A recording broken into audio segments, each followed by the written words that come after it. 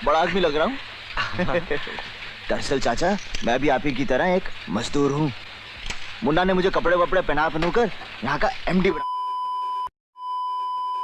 Hello everyone, आपका स्वागत है इस यूट्यूब चैनल पर। और आज मैं एक्सप्लेन करने वाला हूँ कागुरा बाचिका चैप्टर नंबर 1।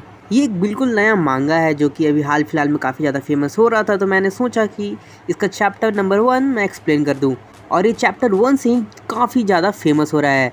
तो आए बिना टाइम ख़राब किए शुरू करते हैं इस वीडियो को।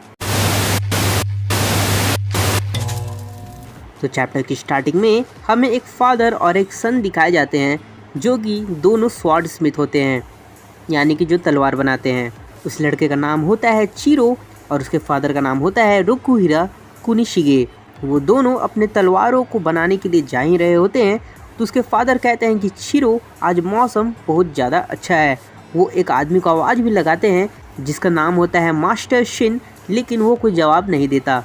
उसके बाद वो दोनों अपने तलवार बनाने के काम में लग जाते हैं। चिरो बताता है कि उसके फादर कंट्री के सबसे ज़्यादा फेमस स्वॉर्ड स्मिथ हैं और वो तलवार ऐसे ही नहीं बनाते, वो स्पेशल पावर का यूज़ कर तलवारें बनाते हैं और उनका तलवार काफ़ी ज़्यादा स्पेशल होता है। उसके फादर काफ़ी सीरियस होकर काम कर रहे होते हैं और चिरो बताता है कि ये उसके फादर का सीरियस मूड है। चिरो बताता है कि लेकिन जब उसके फादर सीरियस नहीं होते तो काफ़ी अजीब होते हैं।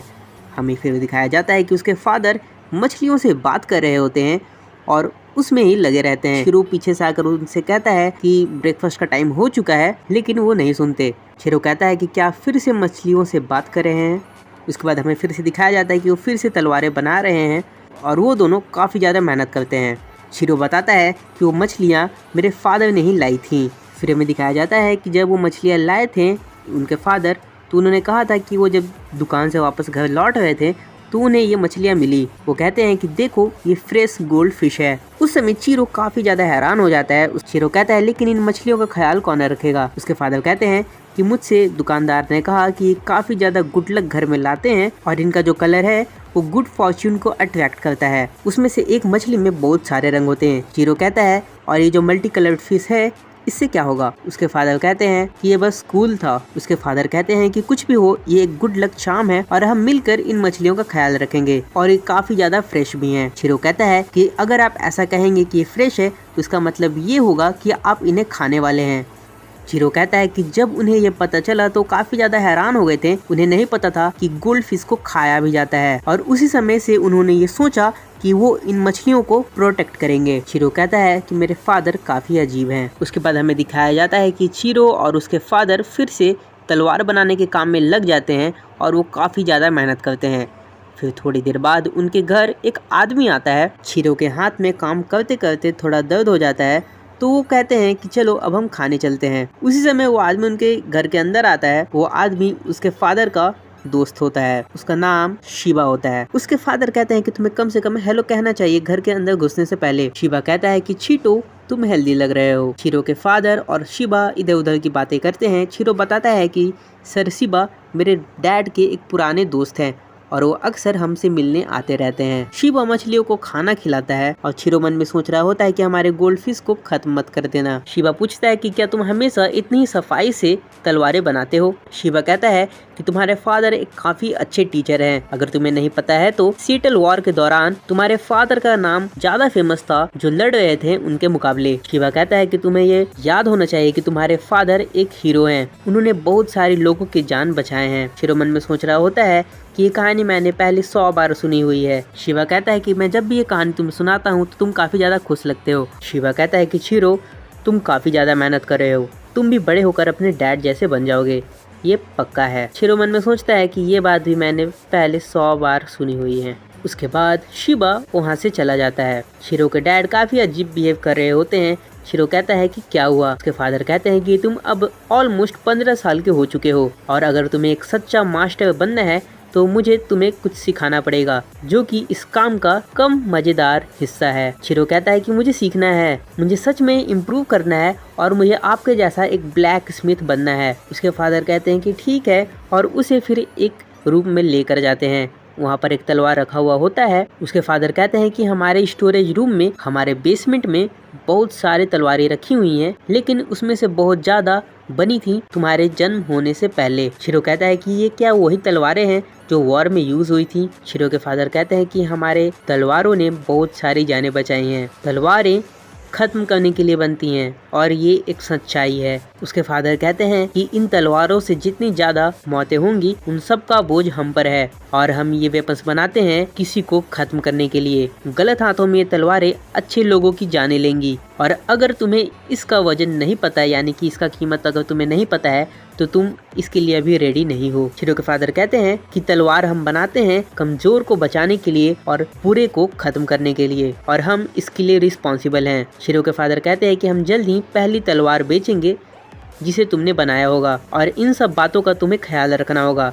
क्या तुम इसे हैंडल कर सकते हो? शिरो कहता है कि मुझे नहीं पता, लेकिन मैं ये करना चाहता हूँ। शिरो के फादर कहते हैं कि ठीक है, अगर तुम ऐसा कह रहे हो तो मुझे तुमसे बहुत ज़्यादा होप है। फिर हमें 38 मंथ्स बाद दिखाया जाता है, यानी कि 3 साल 2 महीने बाद की चीज़ें दिखाई जाती हैं और फिर हमें दिखाया जाता है याकुज़ा का ग्रुप। याकुज़ा गुंडे होते हैं जो जापान में काफ़ी ज़्यादा फेमस हैं। हमें यहाँ पर दिखाया जाता है कि वो कुछ लोगों को बंदी बनाकर रखे हुए होते हैं और उन्हें ख़त्म कर रहे होते हैं। उनमें से एक लास्ट बचा हुआ होता है जो उन्हें खत्म कर रहा होता है। वो कहता है कि तुम लास्ट हो, इसलिए मैं तुम्हें ज़्यादा समय दूंगा। वहाँ पर एक और आदमी होता है, वो उनका सीनियर होता है। वो कहता है कि ठीक है, जल्दी से हमें नाम बताओ जो तुम्हारे दोस्त हैं लिबरेशन आर्मी में, यानी कि वो लोग जो याकुज़ा के खिलाफ बगावत कर रहे थे। जो आदमी उन सबको ख़त्म कर रहा होता है वो कहता है कि देखो तुम थरथरा रहे हो। वो आदमी थरथराता हुआ कहता है कि तुम्हारे याकुज़ा के आने से पहले ये शहर काफ़ी ज़्यादा शांत था, लेकिन तुम लोगों ने सब कुछ ले लिया, हमारा ज़मीन, पैसा और हमारी सारी चीज़ें ज़बरदस्ती। वो आदमी चिल्लाकर कहता है कि तुम कीड़े हो जिसने हमारे शहर को खाया है। वो आदमी उसे एक पंच मारता है। वो आदमी फिर से पूछता है कि चलो बताओ, क्या हमें कोई फॉलो कर रहा है? वो आदमी कहता है कि इससे क्या मतलब, क्या तुम कोई सॉर्सरर हो? एक बड़ा आदमी थरथरा सकता है, डर सरेंडर करने का कोई एक्सक्यूज़ नहीं है। फिर वहाँ पर एक आदमी आता है, वो कहता है कि इसे मैं संभाल लूँगा, ये काफ़ी ज़्यादा इंटरेस्टिंग है। तभी ज़मीन से जड़ें निकलती हैं और उस आदमी को घेर लेती हैं। वो आदमी एक सॉर्सरर होता है, यानी कि उसके पास शक्तियाँ होती हैं। पेड़ों की जड़ें उस आदमी को पूरी तरह से घेर लेती हैं और उसमें से कांटे भी होते हैं जो उस आदमी के चेहरे पर लग रहे होते हैं। वो सॉर्सरर उस आदमी से पूछता है कि चलो बताओ, क्या ये तुम्हारा पहली बार है? वो आदमी कहता है हाँ। सॉर्सरर कहता है कि मुझे पता था।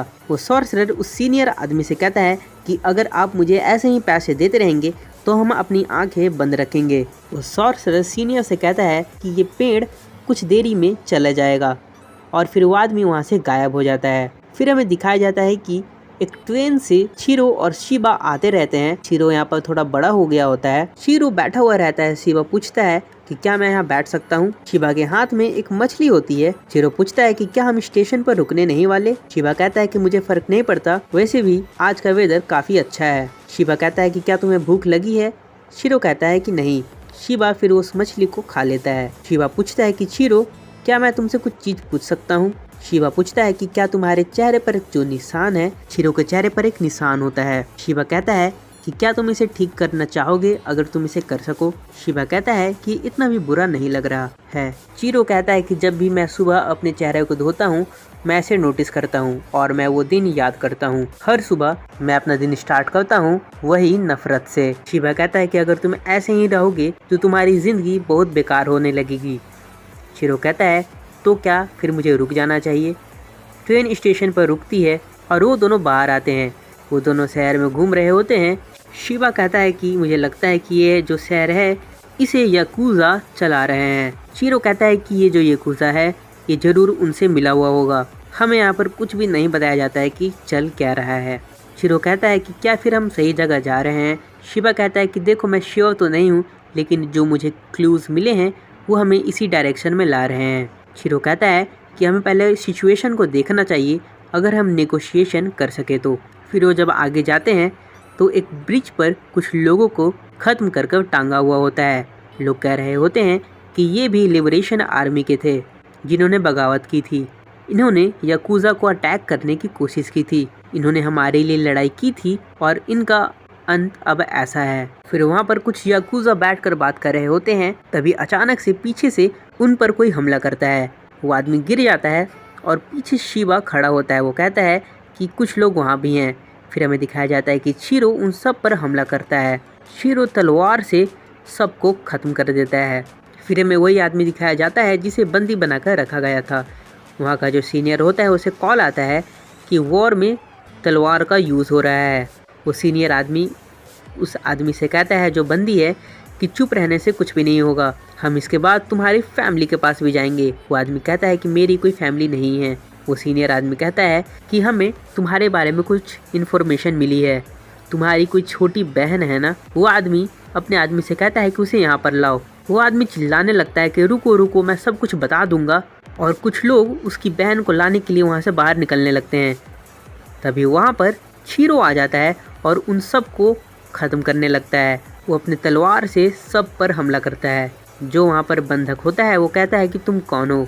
शिरो वहाँ पर सब पर हमला करते रहता है। तभी शिबे उस सीनियर आदमी से कहता है कि इस लड़के के फादर का नाम रोकुहारा कुनिशिगे, वो तुम्हें याद होंगे और वो सबसे बड़े ब्लैक स्मिथ थे। वो सीनियर आदमी पूछता है कि तुम्हारा मतलब क्या है। शिरो वहाँ पर आता है और कहता है कि मुझे तुमसे कुछ पूछना है, तुम जैसों को मैं नहीं जीने दे सकता। और वो शिरो पर हमला करने के लिए जाने लगते हैं। शिबे कहता है कि रोकुहारा कुनिशिगे वो अपने तलवारों में सॉर्सरी का यूज़ करते थे। शिरो अपने तलवार को निकालता है और हमें बताया जाता है कि वो जो तलवार बनाते थे उसमें बिल्कुल यूनिक मैजिकल फोर्स होता था और उसका नाम था, शिरो कहता है, एंटेन। और उसके तलवार से एक मछली जैसी चीज़ निकलती है, एक गोल्ड फिश जैसी चीज़ निकलती है और फिर उस तलवार से वो सब पर हमला करता है। शिबे कहता है कि इस बच्चे के पास जो तलवार है वो लास्ट तलवार है जो कुनिशिगे ने बनाया था। शिरो एक ही बार में सारे लोगों को अपने तलवार से काट देता है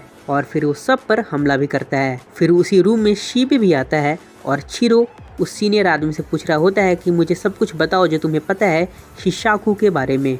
वो सीनियर आदमी कहता है कि तुम क्या बात कर रहे हो। शिरो कहता है वही है जो सभी ऑर्डर देता है, वो सॉर्सरर ऑर्गेनाइजेशन का हेड है। शिरो कहता है अगर तुम ऐसे ही बात करोगे तो तुम्हारे लिए बहुत ज़्यादा बुरा होगा और तुम्हारे सारे दोस्त तुम्हारे लिए हेल में इंतज़ार कर रहे हैं। शिबे उस बंधक आदमी को छुड़ा देता है। वो सीनियर आदमी कहता है शाकू, ये लोग ये मॉन्स्टर हैं, अगर तुम उन्हें खोज रहे हो तो तुम काफ़ी ज़्यादा अजीब हो। शिरो कहता है कि क्या मैं अजीब हूँ? अगर वो मॉन्स्टर हैं तो फिर मुझे कोई भी नहीं रोक सकता, मैं उन लोगों को जीने नहीं दे सकता। और शिरो वहीं पर होता है।